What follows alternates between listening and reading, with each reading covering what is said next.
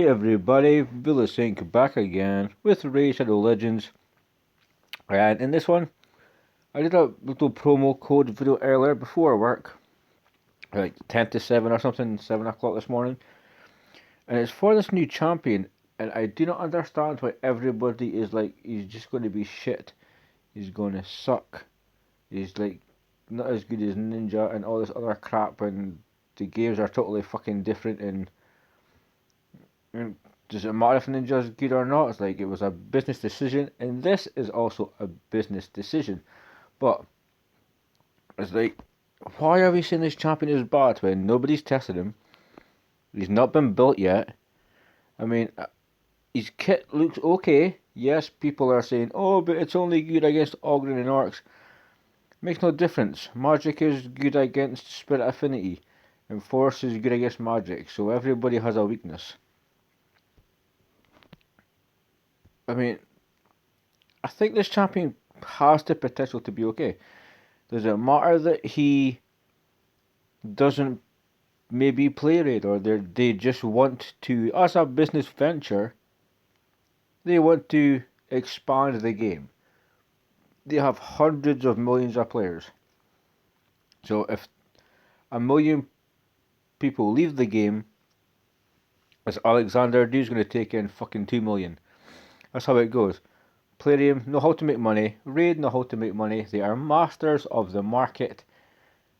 And that's why they spend so much money on that part of the game.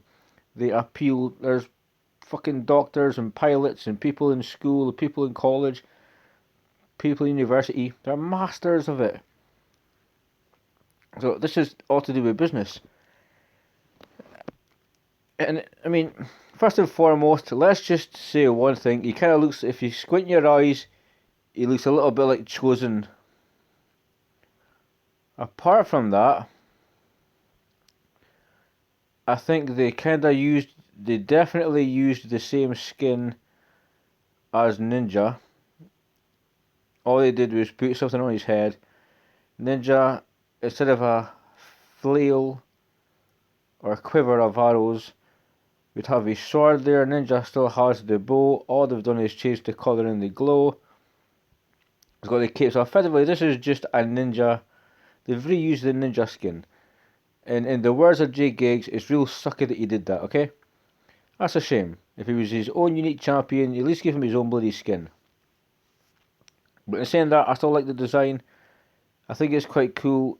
As a business venture, if you're trying to expand your product and get people from all walks of life, all types of games, well, there's people that have, like, Ash, for instance, played Raid, and he never really thought much of it to begin with.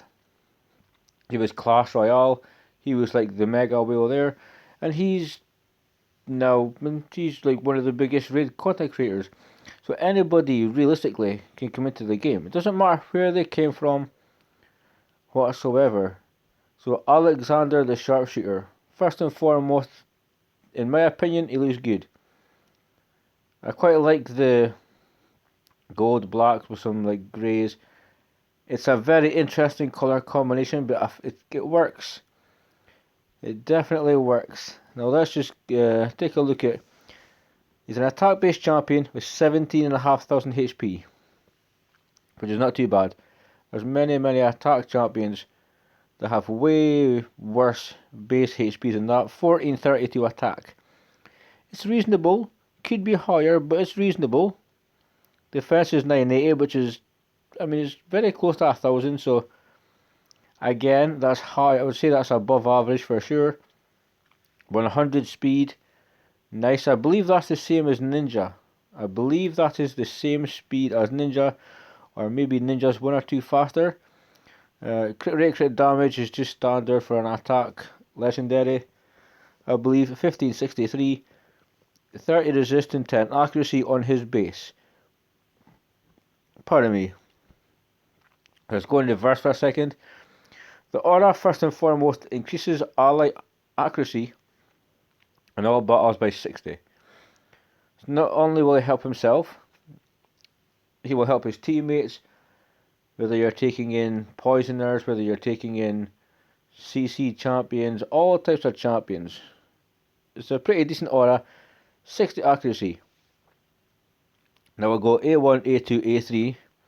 So, Arctic Warfare. Attacks one enemy, 35% chance. The boost goes straight to damage of placing a freeze debuff for 1 turn. And the chance increases to 50% against enemies from the Orc and Ogryn tribe factions. Freeze on an A1, single hit. I mean, this potentially could be like a Rotos A1. It might hit. Keeping in mind, gear makes the champions. We also have to remember that. If I have Murderink's gear, I'm going to have a badass Aleksandr. If I have Manabo's gear, I'm going to have a badass Aleksandr. If I have my gear, I'll maybe have like an average one. So, it's a freeze, it's a CC move. Yes, you get an increased chance against Orc and Ogryn, but I still feel like it could be pretty good against any faction. Let's not like segregate factions here. So freezing the A1, 35% chance. Spray down. It's an AoE attack. Goes to 100% chance when you book it, and on a 3-turn cooldown, decreased defense for 2 turns, which is okay. There is other decreased defense AoE champions. War Maiden is a farmable one, but nonetheless, this dude has the potential to hit way harder. Being a legendary, you would kind of think, also being a special champion, they're not going to release a champion that hits like a wet noodle. It would just be stupid. They have to make this champion respectively good. Otherwise, from the get-go, it's just a complete waste of money for the company. Well, they won't do that. This is all for the marketing aspect. This is to attract new players. And Aleksandr's going to bring a lot of new players. So AoE decreased defense. Nice. I like it. Also has a 75% chance. So again, will be 100 when you put the books in. On a 3-turn cooldown of placing a weakened debuff against enemies. So it's like, yes, it's Orc and Ogryn, but that's a very situational part of his kit. The solid part of his kit is AoE decreased defense. The bit that's situational, like a Pixnial situational, is it has to be Orc and Ogryn to get a weaken. And I guarantee you're not going to build this champion just so you can hunt down Ogryn tribe champions and Orcs, so you can land an extra weaken. Not going to happen. So A2, I quite like the decreased defense. I mean, it's AoE, it'll probably hit hard enough. If you've got good enough gear, I see no problem with it. And if you do happen to go into arena or wherever dungeons, and there's Orcs and Ogryn tribes, then you're going to get an extra weaken, but it still is cool. 2 turns on a 3-turn cooldown. It's not bad at all. Born to Win. I like the name straight away. Attacks one enemy. For some reason, when I looked at him and when I seen this A3, the first thing I genuinely thought was Royal Huntsman. Like his thing is A3, like deadly aim or something. It just like kills somebody. That's randomly what I thought, right? But I was wrong. But that's what I thought. He attacks one enemy, removes all buffs from the target. So effectively, he strips the buffs off of one target. Would have been nicer if he stripped the buffs like Madame Ceres, but it could still be very, very good. It's very good, but it's situational. Removing all buffs from the target. I can see uses in Arena, where Arena is effectively buffs and debuffs. That's all it is. In RNG, this could be very. You'll probably be a very good champion if you have players that come in and they still have to progress through dungeons, early stage of faction warfare high elves. He might do really well there. You may be getting caught up on the man-eaters or the warlords and that's, I did not mean to say orcs or Ogren champions. It's just because they put up unkillables and they do put up debuffs. If he can hit them and remove all those buffs, it helps the team get past quicker. Yeah, I don't mind it at all. I just think it's his A2 I would maybe say is better than his A3, but that's all down to testing. I guarantee you 10 people will test this champion and 10 people will probably use him in a different way. AoE, people might even put him in a stun set, people might put him in a provoke set, people might put him in a reflex set, people might put him in a toxic set just to be vicious, savage, people might put him in perception so he's super accurate, people might put him in swift parry just so he doesn't die. Overall guys, Aleksandr the Sharpshooter, do not mind him whatsoever. If he's stripping all buffs from the target, arena, dungeons, doom tower, it could be pretty good. Yes, we have the added orc, ogre, tribe factions, blah blah blah thing into it, but that's situational. It doesn't mean he's going to be crap against a dark elf, it doesn't mean he's going to be crap against a bannerlord. It just means against a certain other faction he has a bit of a benefit, but that's only down to his lore and his story.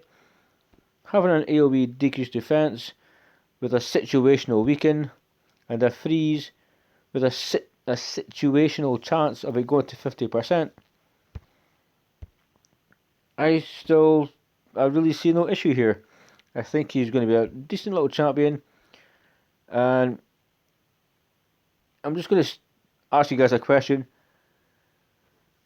On Friday, I am going to treat myself to something. I did ask whether you wanted the channel to remain free to play.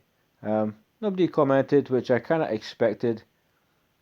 Nobody even said, like, you suck. Anything like it. So I'm going to give myself maybe a couple of voids. And if there's a pack for chickens, you know what? I might actually buy it. And I might actually get this dude to level 60 fucking quick. Get him fully ascended. I'm going to bang energy into him. I'm going to get to level 60, and if you want to see it, I'll say it a million times. Stick a comment down below. I'm sure you know how to use a keyboard. It's really simple. It's voice activated, for fuck's sake. I can get this champion built up and we can take him out. We can look at Doom Tower. We can go to dungeons. We can go to arena. Because as this is actually a champion I kind of want to have fun with. And if you want to see him being built, then we have 6 more days after today of logging in. Then we'll have him. By that time, I could have the potions waiting. I could have brews. I could have chickens. I could have other gear leveled by that point. So, I mean, the option is there. If you want to see him built, learn how to use a keyboard and put a comment in. Or I'll just start taking the channel in a pay-to-win type of direction. Unless somebody says otherwise, there's really no reason to do it. But Aleksandr the Great, he does look okay. He's getting some hate so far. I really don't mind him. Design's badass. Freezing the A1, decreased defense in the A2. I really don't care about the weekend, to be perfectly honest. He strips the buffs from the enemy that he attacks on his A3. That could hit like a Royal Huntsman, you never know. And people are getting kind of hung up on the Orc and Ogren thing, which I think is a mistake. And we had Mother Cybele. People laughed at her, but she's fucking good. And I made a video, and I told you she's going to be good. And I've fought her in arena, and she is a pain in the ass, dude. So good. People laughed at Vargal. Yes, he's a fragment champion. He's still a free champion though, and now if you take him and 4 Skullsworns, and you only have one Skull Sworn at 60 with War Master, you can cheese the faction. Easy. There's a lot of free champions that we've got that turned out to be really, really, really good. Granted, some are really crap, but some are really good. So, I mean, I can build this champion up, we can take him out, we can play with him. But all I'm saying is, just do not judge a book by its cover, because I think this dude might actually... You may not hit like Trunda hard, but I have a suspicion that he actually could be pretty good. And I'm just asking you to kind of read the kit, but be patient, because obviously we can't test it yet. But I don't have access to the test server, and I wouldn't want to, because I would have to be in the Raid Content Creator program, and that I will not be. But yeah, options there. I can build him. Wait till this dude comes out. Get your hands on him. Build him how you want to build him. Then play with him. Just utilize this champion before you kind of base an opinion. That's what I'm going to do. I mean, I'm not watching any YouTube videos, and I probably won't until I've built him. I want to just have no information from anybody else. I want to play with him, and I want to get my interpretation before I then start watching other people's videos. But hey, I can take him to 60. I'm more than willing to do so. There might be a really nice deal for chickens. I'll buy it. The options there. And if you do want to see that content, then obviously in a week, maybe 8-9 days, look out for that video. I will also try and do... I'm going to try and get some voids as just a treat in general for this new employment, and then we're just going to pull them just for the hell of it. So that's pretty much all it is. I wanted to have a not really a rant, but just to let you guys know, don't judge this boy yet. Wait till we get to play with him, then base an opinion, and then you might be decent enough. Let's find out before we start saying he sucks. Know what I mean? So thank you guys for watching. I appreciate your time. It's taken me long enough to get to the point. Stay safe, everybody. Keep on raiding, and I'll see you in the next one.